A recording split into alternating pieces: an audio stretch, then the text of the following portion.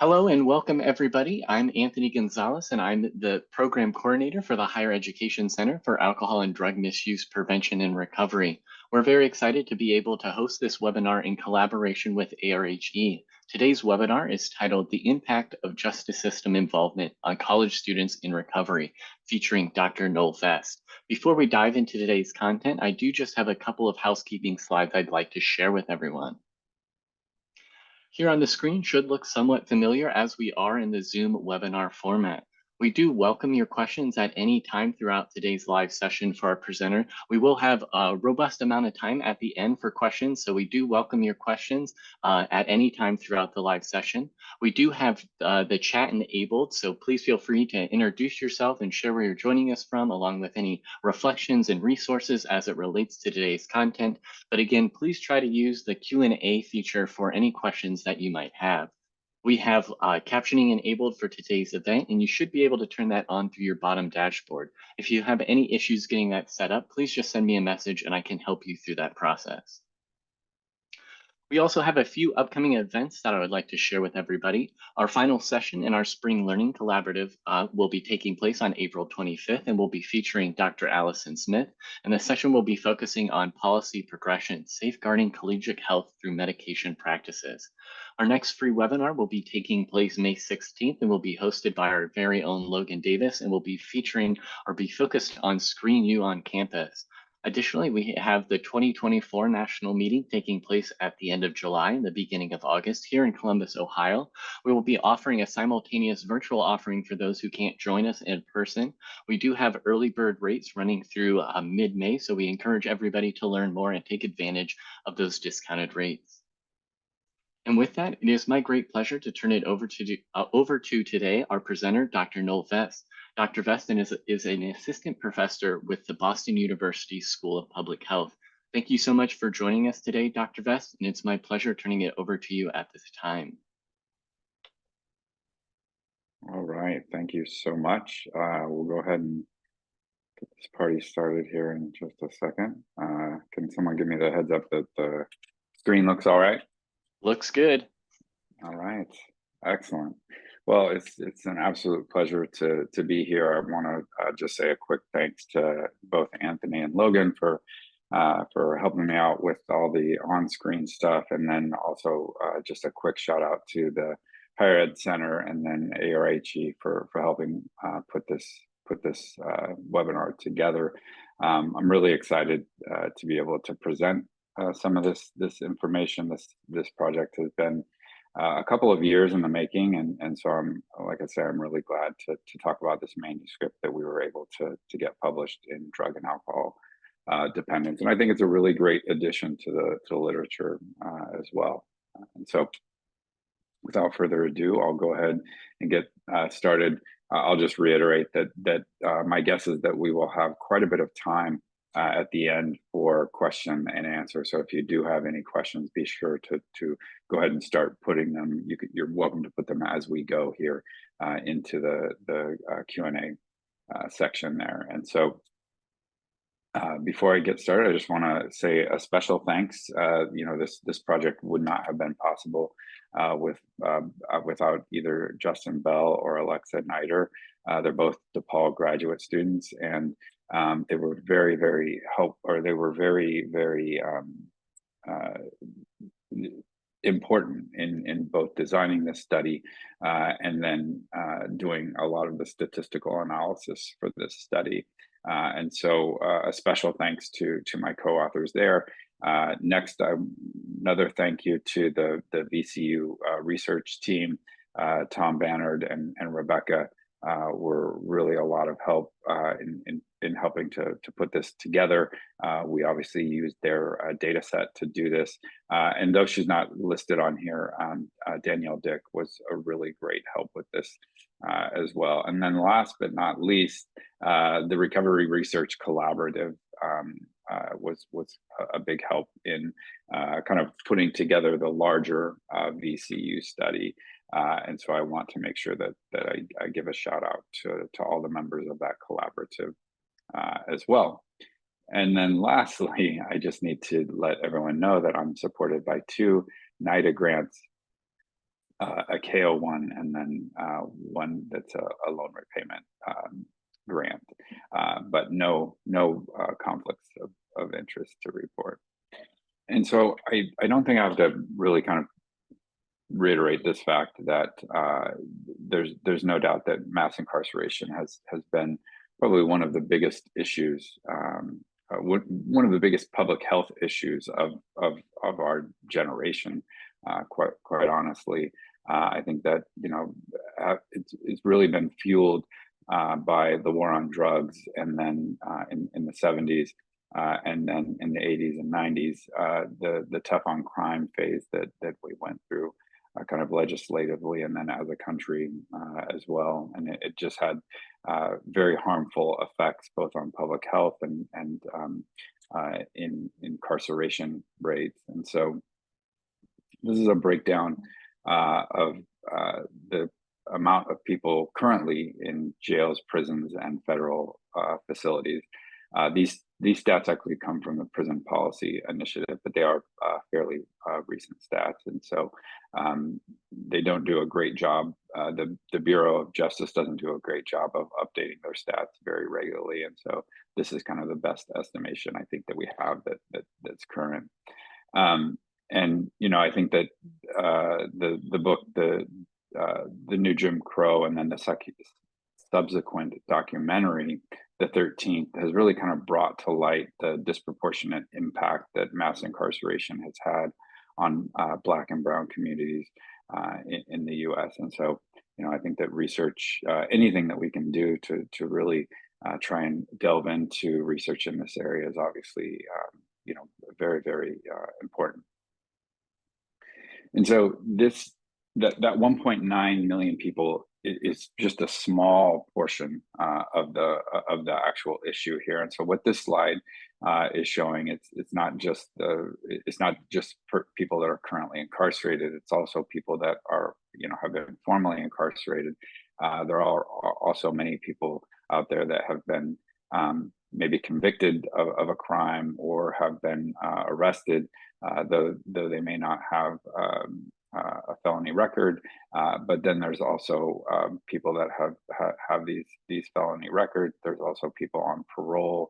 There's also people on probation, and then the largest group down there at the bottom is friends and family of people that have been incarcerated in either jails and prisons. And so it would be really hard to find someone in this country that hasn't been impacted either directly or indirectly by the criminal justice system.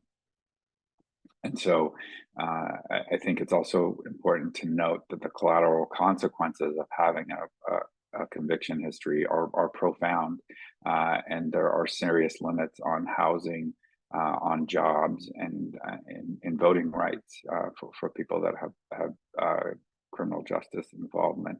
And those are just to name a few. I mean, there are many, many, many more. I think the state of California did a study on collateral consequences and found that there were just in the state of California, like 48,000 collateral consequences. So we know that this is a kind of a huge issue. And again, I'm really hopeful that studies like this one can be an important first step in uncovering some solutions to mass incarceration here in this country. And so that's just kind of a snapshot of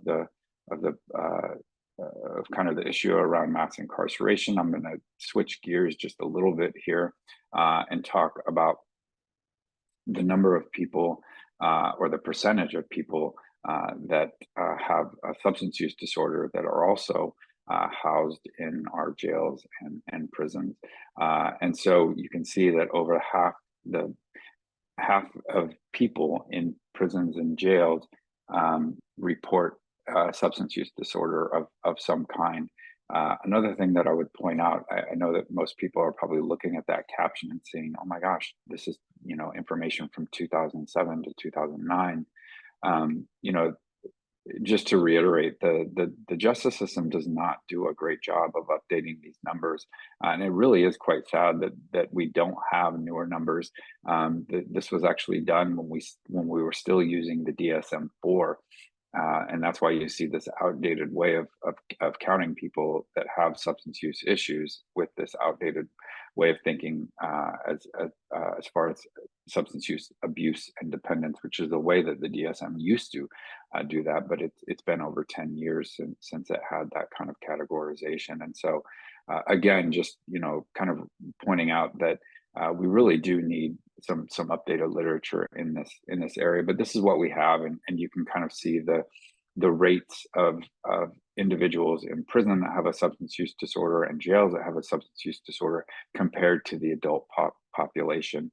And it's, I think that everyone here could probably agree that it's very prevalent, and I would say almost astronomical within individuals that are incarcerated. And so we know that substance use disorder exists in the prison population, and we know that many people, as a result of this, are coming out of prison with accompanying substance use disorders. And so we're going to switch gears again here for just a second, and we're going to talk a little bit about college and prison programming. And so this is just a map, kind of a heat map.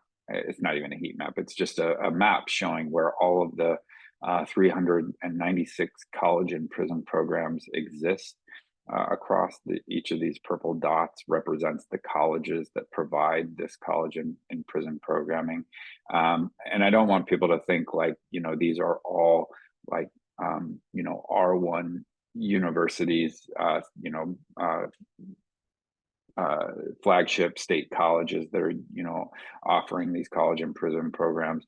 Most of these are community colleges across the country, and some of them are the larger universities, and some of them just offer certificate programs as well. This is just information from the Association for Higher Education and Prison, that puts out an annual report on this. And the most recent one they had was from 2021. And so this is, again, not saying that all of these programs are like top notch, offering bachelor's degrees within its system to people currently in prison, but just these colleges are offering something within these college and prison programs. And really, to kind of sum up the reason that we felt that this particular study was really, really important was that in 2020, well, actually, let me back up just a little bit. And so in 1994, Congress passed the 1994 crime bill. And as part of that crime bill, there was a $2 billion expansion of prisons, and so they put $2 billion into prison expansion in the United States. But the I think, for at least as far as this study is concerned, the other thing that happened along with the passage of that bill was that they eliminated Pell Grants for people in prisons, and so from 1994 on, students in prison programs could not get college and prison programs could not get Pell Grants to help aid in paying for their education. In 2020, well, let me back up even a little bit before 2020. In 2013, as part of the Obama administration, they launched what's called the Second Chance Pell initiative, which was kind of a trial run of potential Pell Grants for programming in college and prison programming. It was, if I remember right, it was right around 50 college programs that they authorized to have these second chance Pell sites within these prisons. In that last slide that I showed you with the 394 college and prison programs, I'm sure that many of those were part of that 50 college and prison program. And so that led in 2020 to the FAFSA Simplification Act, which actually from that point on restored Pell Grants for people in prison. And so this, and again, we have no way of telling this, but I would assume that this is really kind of expected to increase further college and prison programming. And the good thing about that is that, students leaving prison will be looking to, I mean, they're already looking to transfer to 2 and 4 year degree schools outside of prison. But I think that, over the next 10 years with Pell being reinstated, that we're going to probably see an influx of people exiting the college and prison programs, or exiting prison, looking to transfer to 2 and 4 year schools outside of prisons. And I think that we could really kind of make the argument that colleges and universities, especially their collegiate recovery programs, are kind of uniquely positioned to help be a solution to these intersecting epidemics of mass incarceration and addiction. And so this study was interested in the intersection of these three interconnected problems. So one, obviously the addiction epidemic that our country faces. Two, reentry after incarceration. And then three, what colleges, may need to know concerning this potential influx of students wanting to enter into college while facing these overlapping issues of reentry and addiction. And so that's kind of the crux of why we thought that this particular study would be important.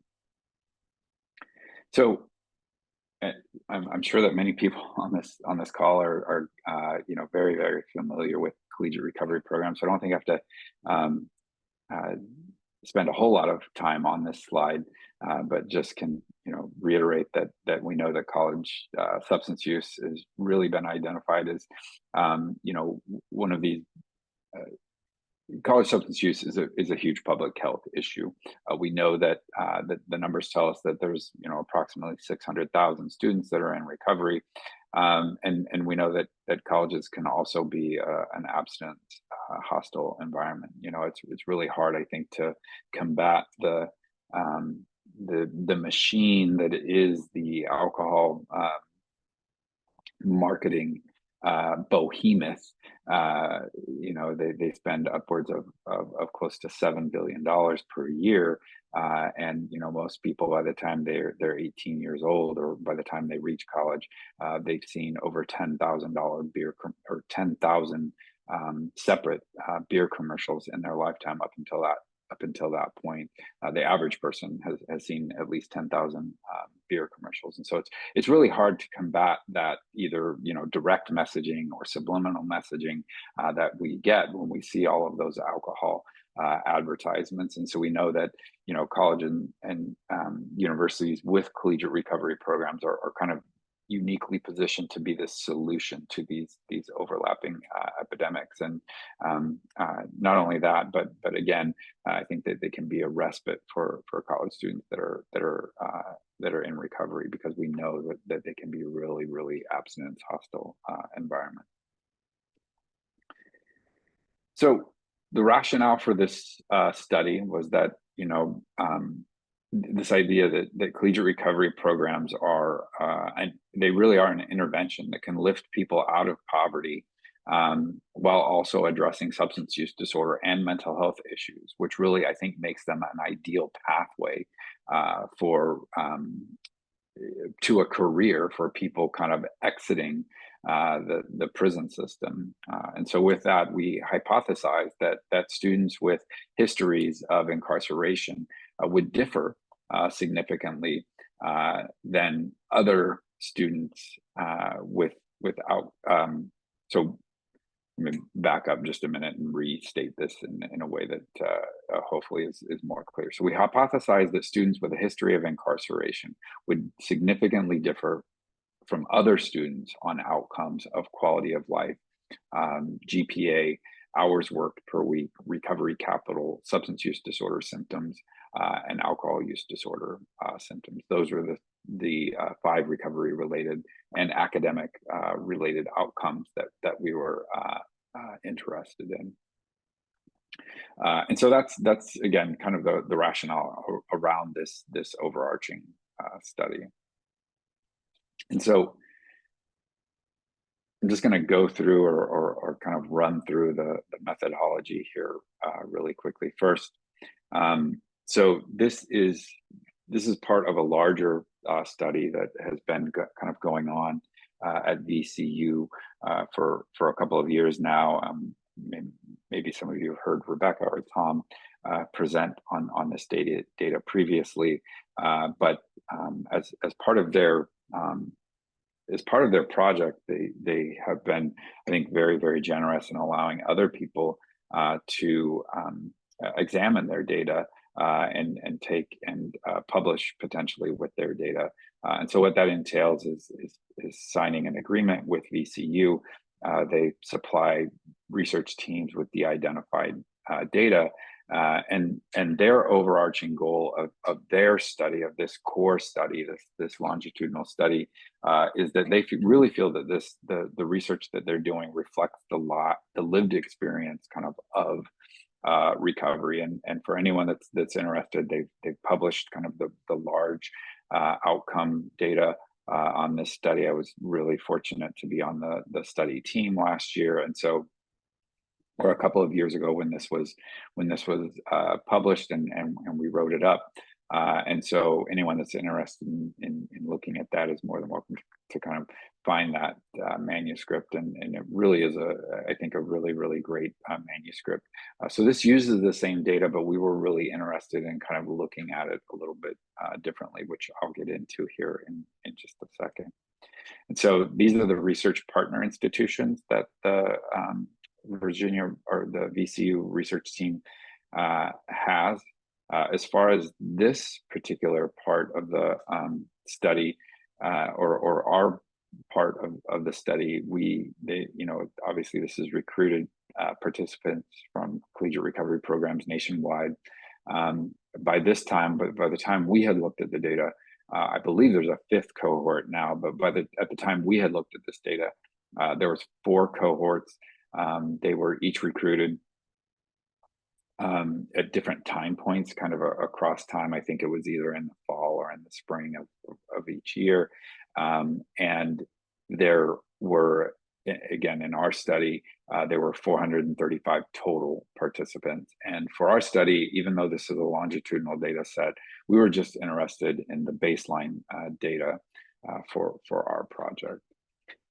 And so I'm going to talk real briefly about this socio-ecological model, because I think that it really provides context when we were providing some rationale for this study, or when we were conceptually thinking of this study.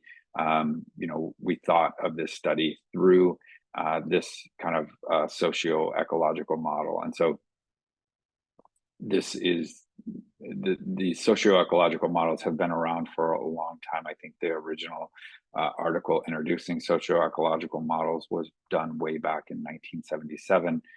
Bronfenbrenner, I think, was kind of one of the initial authors and one of the initial proponents of using these socio-ecological models.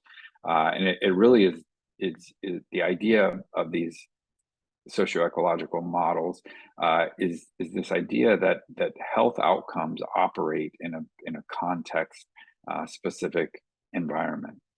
And so what that means is that in order to understand these individual outcomes at this individual level, you have to understand that it's not just these collegiate recovery students that are going to be important in any outcome that you have.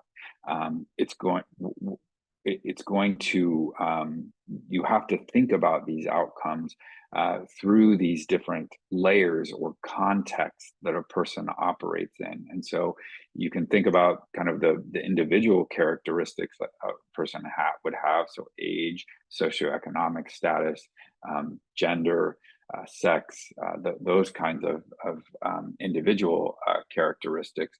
And then kind of going out one context area, or one going out one level, you could think about all of the interconnectedness that person has. So their family environment, their peers that they have, any kind of religious activity, but all of those first person relationships that that person has, and then you can go out another level and realize that that person is in a collegiate recovery program or a school, which also adds a layer of context that is going to be specific to how well that collegiate recovery program is funded, how many sober activities that collegiate recovery program may have, what the health services at the school may look like. And so those kinds of contextual things at that school or organizational level, and then finally going out one more context area and understanding that all of this is happening within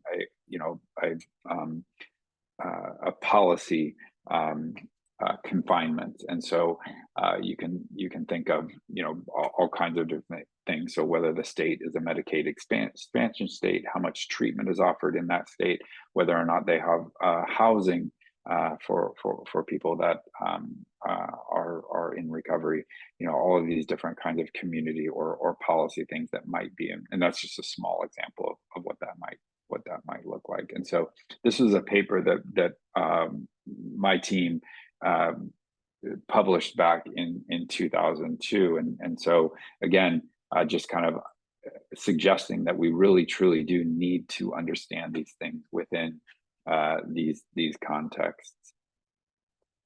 And so I'm going to fast forward to as part of this paper, we also, as a companion to that socio-ecological model, we were suggested to create kind of a conceptual model. So basically, if you wanted to propose a statistical model for potentially examining these variables of this socio-ecological model, what might be a way that you could model these things. And so we also submitted this contextual model, and I'll come back to this conceptual model here in just a second, because I think it will be a little bit easier to understand. But basically what we were tasked with doing was kind of creating this conceptual model or this statistical model based on these potential context areas. And so you can see that we have kind of these predisposing or individual characteristics here on this far end. Interpersonal level characteristics fall in this first circle, which can be influenced again by the organizational level and the policy level.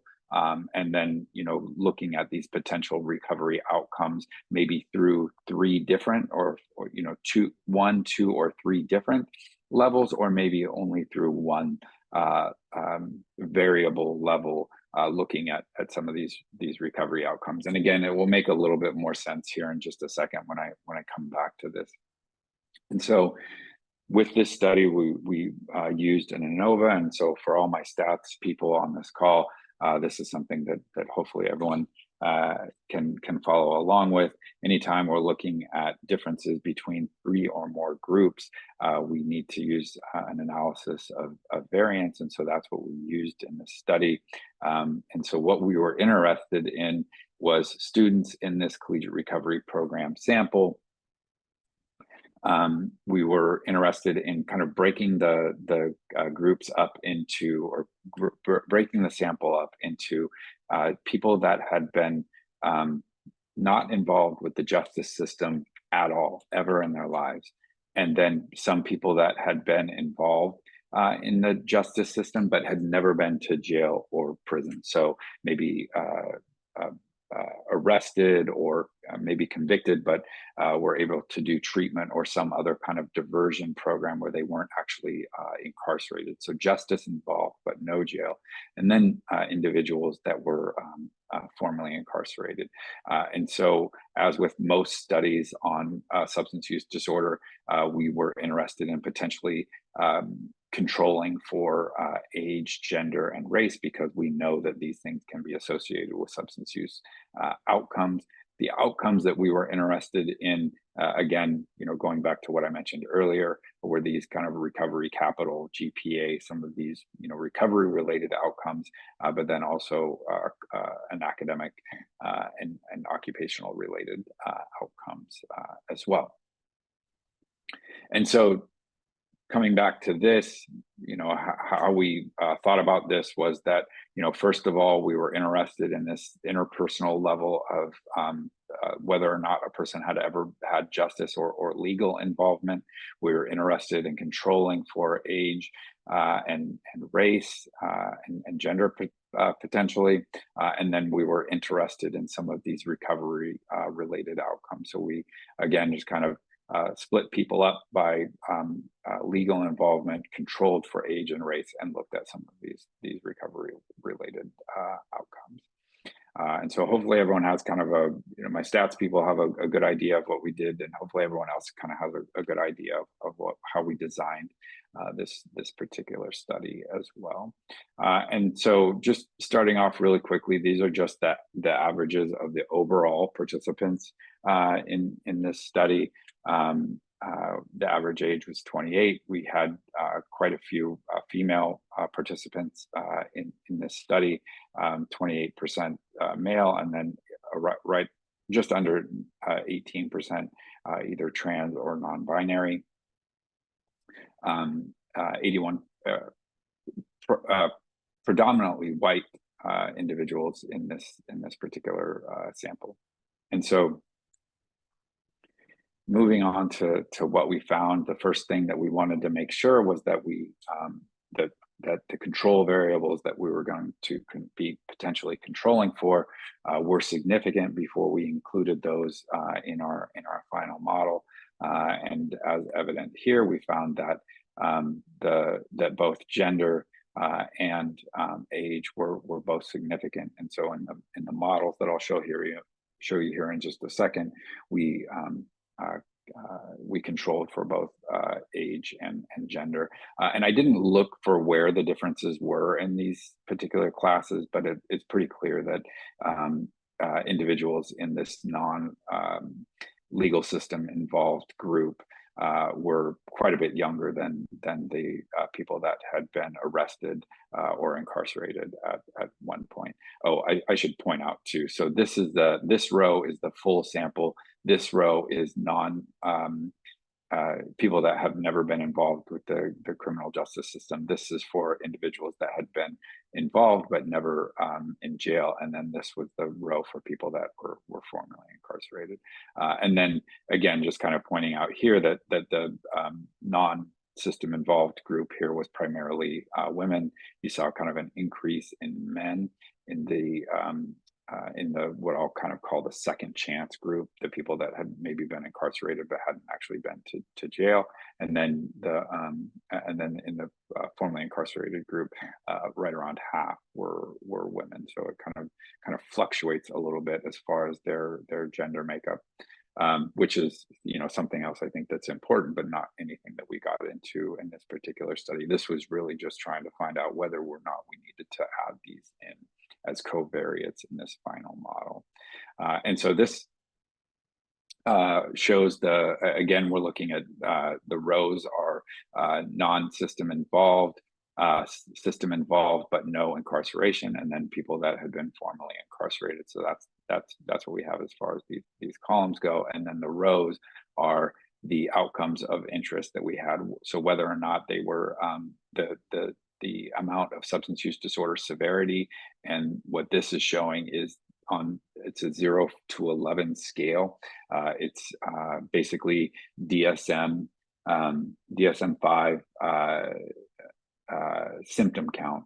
There are potentially 11 symptoms in the DSM-5, and so this is just DSM-5 symptom count. And you can see that most people were really, really high just across the board in this particular study. Most people were fairly high in symptom count. And we'll look at the differences here in just a second, but I just want to kind of point out what these variables we looked at are. So we also looked at quality of life, we looked at recovery capital, we looked at grade point average, and then we looked at hours per week. And how these kind of stepwise ANOVAs work is that we ran the models in step 1 without controlling for any of the variables, and then we reran the model in step 2 where we controlled for both age and gender, because those were found to be significant covariates.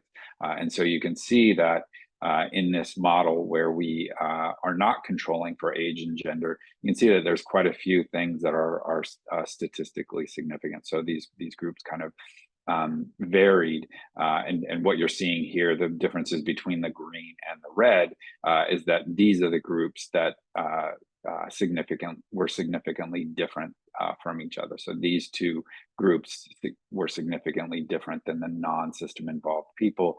In this particular situation, it was these two groups that were significantly different than people that were formerly incarcerated. But again, these are the outcomes before we controlled for age and gender. And so again, we reran the models, and you can see in these reran models that the only relationships, or the only relationship here that remained significant, or the only differences that remained significant, were for substance use disorder severity. So both non-incarcerated individuals that had been legal system involved and formerly incarcerated were higher, significantly higher than non-system involved people. And then the other thing that was that remained significant was hours worked per week, and you can see that formerly incarcerated students were quite a bit higher than both non-system involved and then people that were able to avoid jail or prison system, but did have some kind of legal system involvement. And so this is the main findings of this study. And I'm sure that you're maybe wondering, okay, so what does this kind of all mean? And so I think that, first off, just kind of rehashing what we found, before adjusting for these control variables, we found significant differences on measures of recovery capital, quality of life, substance use disorder severity, and then hours we worked weekly. However, only significant differences on hours worked per week and then substance use disorder symptom count remained evident after controlling for age and gender between these groups. And to our knowledge, this is the very first study to focus on college students with legal system involvement in recovery.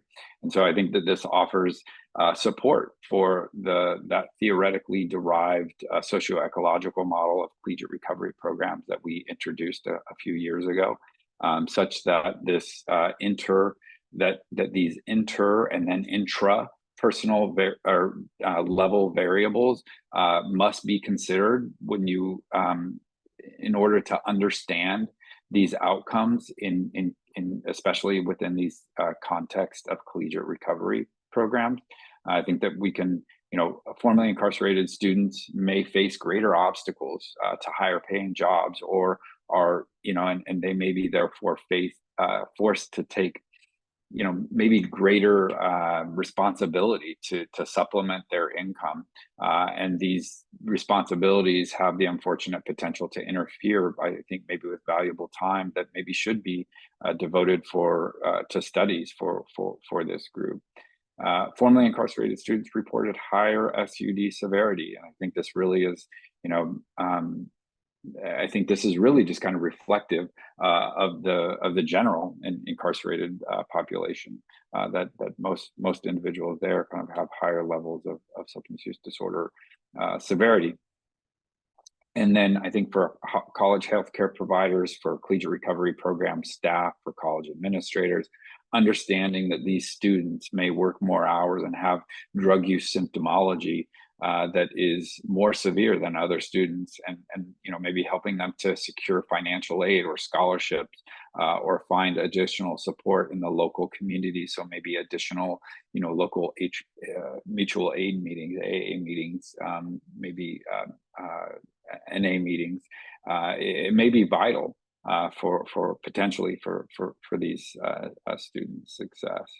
If anyone is interested in downloading this article, it is, I believe it's publicly available for a few more days. You should be able to find it. It was published in Drug and Alcohol Dependence. But if not, if for any reason you can't find it publicly available, you're more than welcome to take and email me. My email address is right there. And with that is the end of my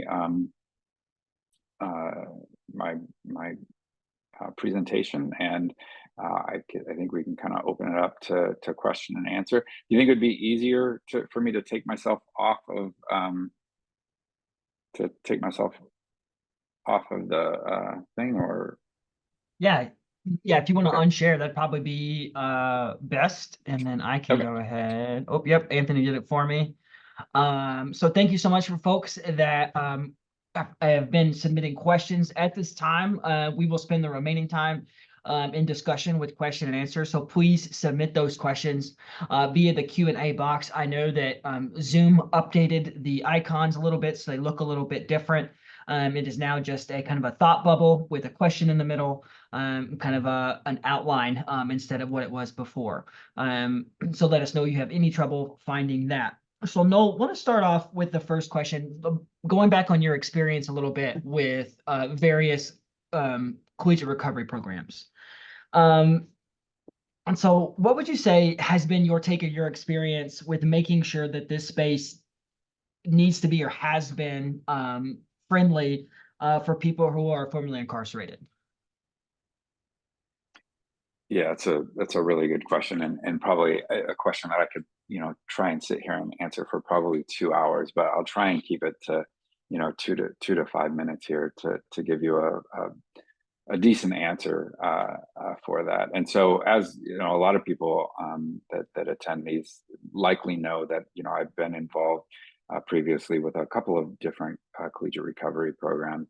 And I know when I got to Washington State University, it's a very, when I say it's an abstinence hostile environment, like it is a, I think one of the I mean, it's basically it's well known, I would say, as the party school. Whether or not it actually lives up to that moniker or not, the students definitely view it to be that way. And so, I feel like you're kind of when you get to a school like that, you're like a fish that's like trying to swim upstream against the current, against all the fish that are going the other way. And so that can be a really difficult spot to be. And so, I think that for anyone that is formally incarcerated, just even showing up to school that first day is a huge monumental achievement, because I know that imposter syndrome, for all of us, right, but especially for people that are formally incarcerated, right, you're showing up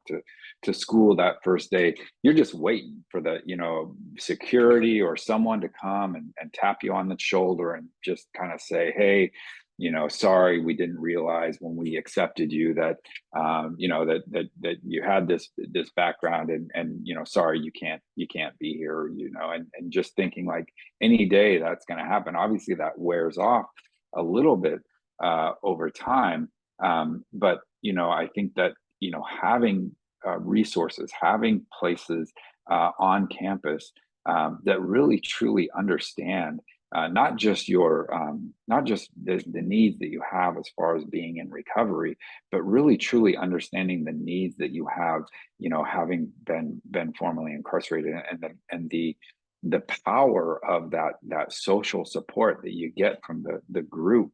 I mean, like I say, I can't speak for anyone else, but it really is just, I think it's a vital element to really just that inclusion, and making sure that we feel that people feel a part of those things. And so, I've people that have been on these for a while know that anytime I present, I always try and get people to be thinking about what are ways that we could potentially make sure that we are inclusive of this group. And so I think this really just kind of adds this study really kind of adds to literature that we know that these individuals are going to maybe be a little bit more worked, and so maybe just kind of having that in our toolbox and our repertoire, us individuals that work with the college students in recovery, just understanding that people that are formerly incarcerated might be overworked. Let's try and talk to them about that. Let's try and find resources. Let's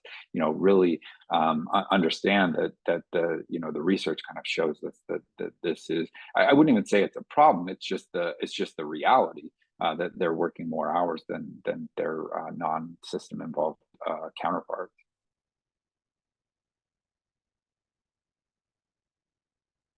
Yeah, absolutely. No, one thing I want to draw out that you said is, or a couple of things there is seeing them as people. I know we talk about that like in recovery as well, that person first, seeing them as a person before anything else, and really focusing on them as a person, but also the concept of it's a different type of stigma that we have, right? And so we know there's a stigma with substance use disorder and recovery, and then an additional stigma. So how do we create spaces where all types of stigma are left at the door? Like, did they drop? Did we teach people to lose those stigma?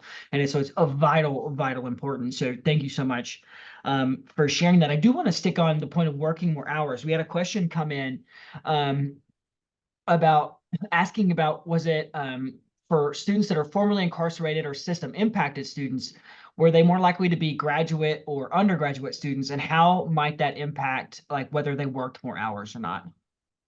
Yeah, that's a really great question too. So we didn't find any differences at all in the undergraduate and graduate students, whether they were formerly incarcerated.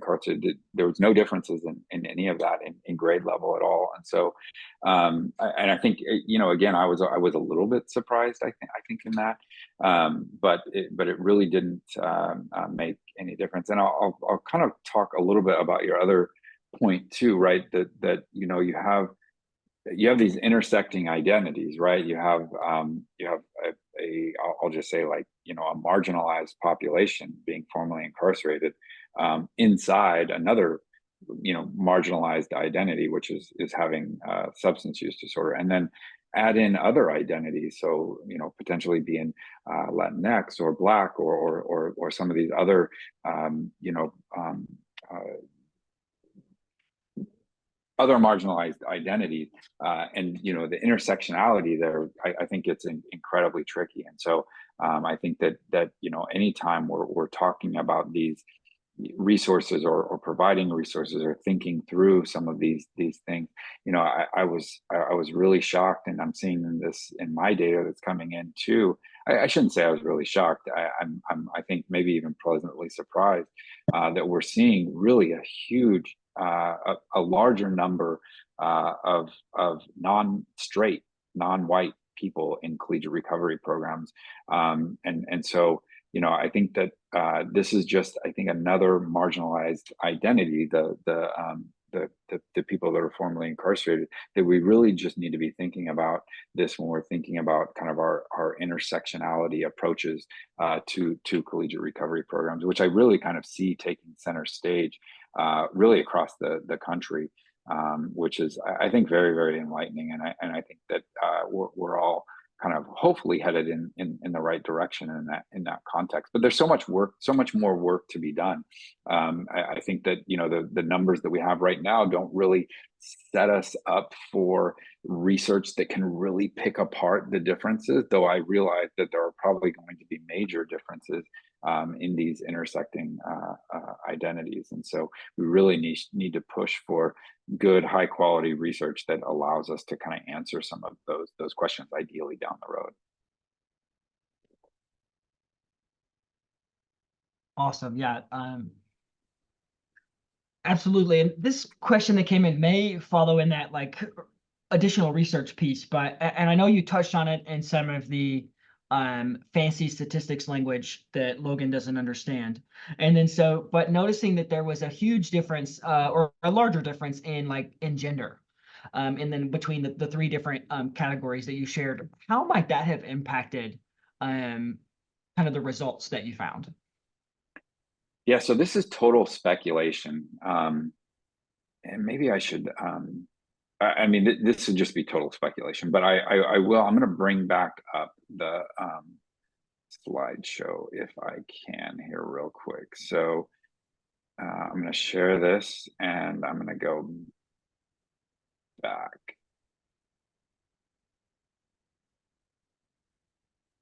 So I'm gonna stop on this slide. So this is the slide that you're kind of talking about. So when we look at this, you know, the women were more likely to be non formally incarcerated. To me, like that absolutely kind of makes sense, right? I mean, we know that women aren't as impulsive as men. Maybe don't get mixed into the the legal system as often as men, just because they're kind of less impulsive. We see that men are most likely to be legal system involved, and this is an interesting group, right? Again, I just kind of come up with this idea that this is a second chance group, or people that are kind of have been granted a second chance, right? They're given the benefit of the doubt. Maybe they're, offered a treatment program or offered some kind of alternative sentence, to incarceration. And then we have this formerly incarcerated group, and we see a lot of men in this group, but it levels back off here, and we see kind of almost like a straight across kind of a thing where, in this group we saw a lot more women, in this group we saw a lot more men, and then this one we kind of see this almost like a mean of the gender groups across time. And so I don't really know what to make of it. I think that we really should do some further research to look at this.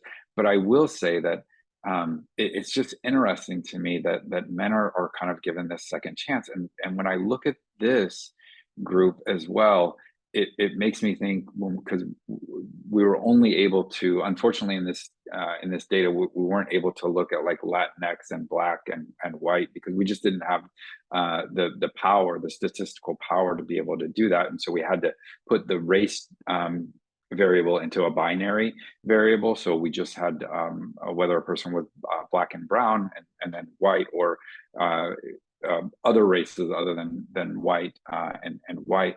And so when you look at this, and again, this didn't rise to the level of statistical significance, so I don't want to make a big deal out of it.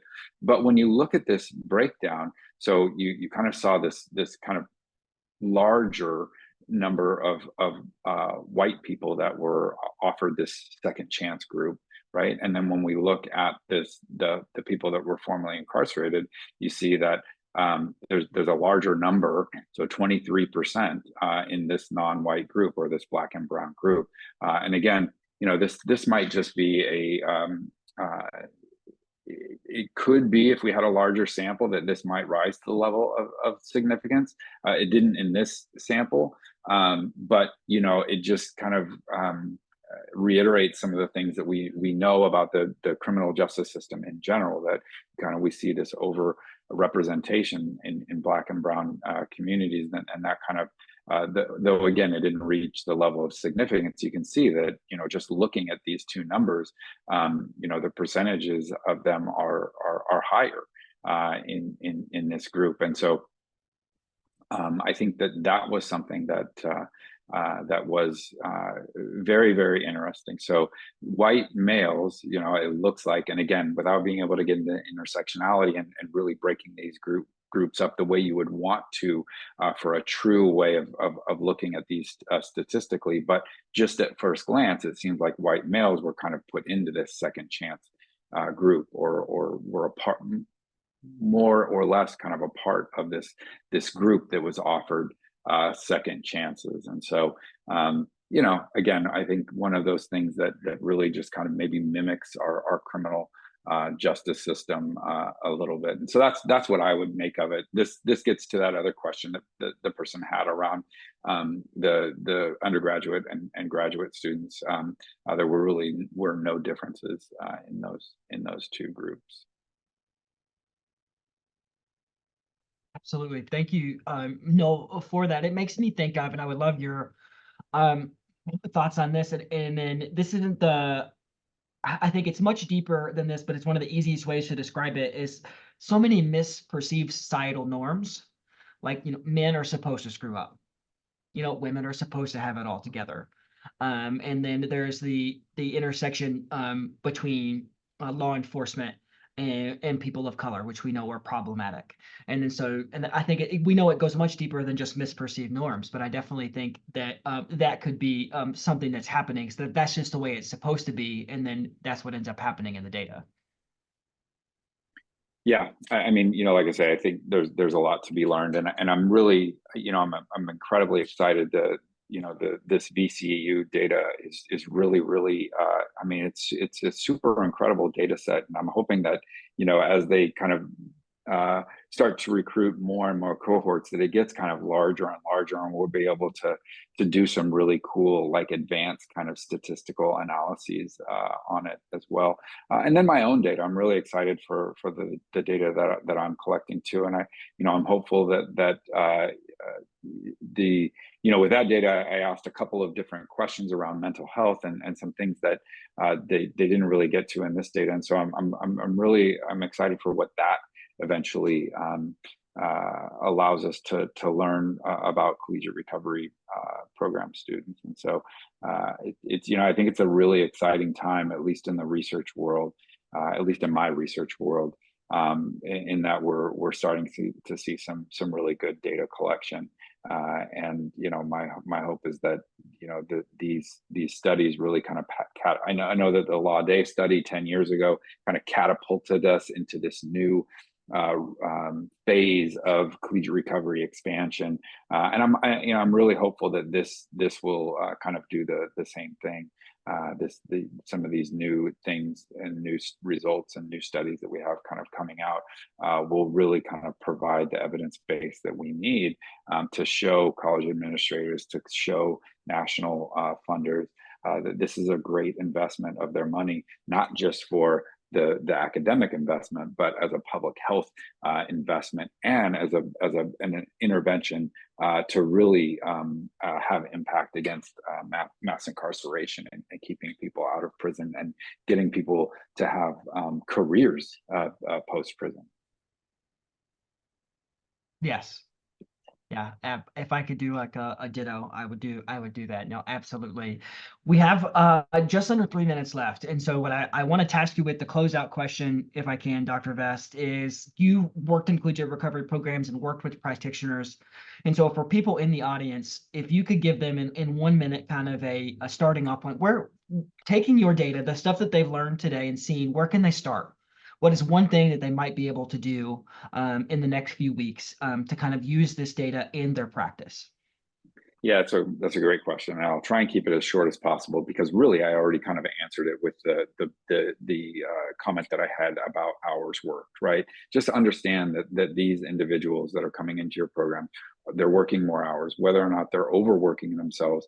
I think that's a personal decision, but understanding that these people are working a lot more hours, and so asking them to volunteer for things, asking them to give up things, you're asking them a lot more than maybe you would ask like maybe a traditional college student or someone that isn't formally incarcerated. And so keeping that in mind, I would say, and then obviously that we learn that they have substance use disorders that are a little bit more severe, and so they might need more community intervention. They might need more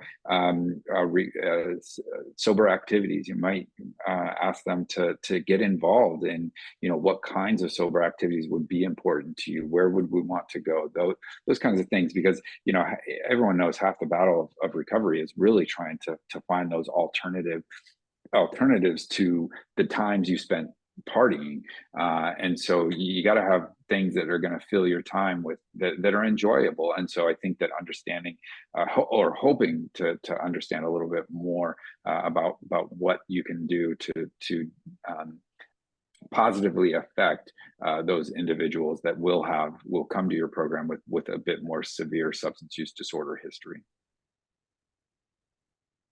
Absolutely. And I hear you saying is that their involvement is going to look a little bit different, and that's okay. Yep. And that we need to understand that and see them as people. Awesome. Well, we're running out of time, and I do want to pass it back over to Anthony. But Dr. Vest, thank you so much for sharing of yourself and sharing of your data, and just for your passion for this population and for collegiate recovery. And so thank you so much. And I'm going to pass it over to Anthony at this time. I just echo everything that Logan just shared. Thank you, Dr. Vest, for sharing of your expertise and self with our audience. I do just have a couple of housekeeping slides I'd like to share with everybody quickly, just a reminder on a few upcoming events. Our final LC session will be taking place next week on the 25th and will be featuring Dr. Allison Smith. Our next free webinar will be taking place on May 16th, featuring our very own Logan Davis, and will be a discussion focusing on Screen You on campus. And of course, we have the 2024 national meeting taking place at the end of July and the beginning of August. We do have early bird registration running through May 15th. And with that, I want to thank you everybody for joining us today. As a friendly reminder, today's session has been recorded, so you can expect to see it added to our website within 3 business days. Thank you again, Dr. Vest, and thank you everybody for joining us, and take care.